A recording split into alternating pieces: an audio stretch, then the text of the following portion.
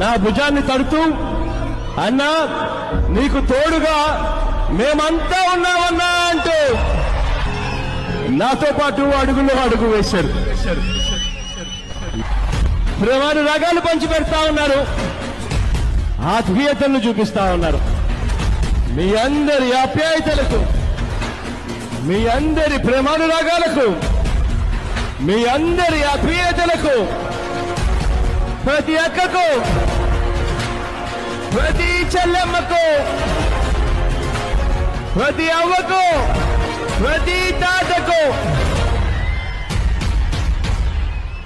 ప్రతి సోదరుడికి, ప్రతి స్నేహితుడికి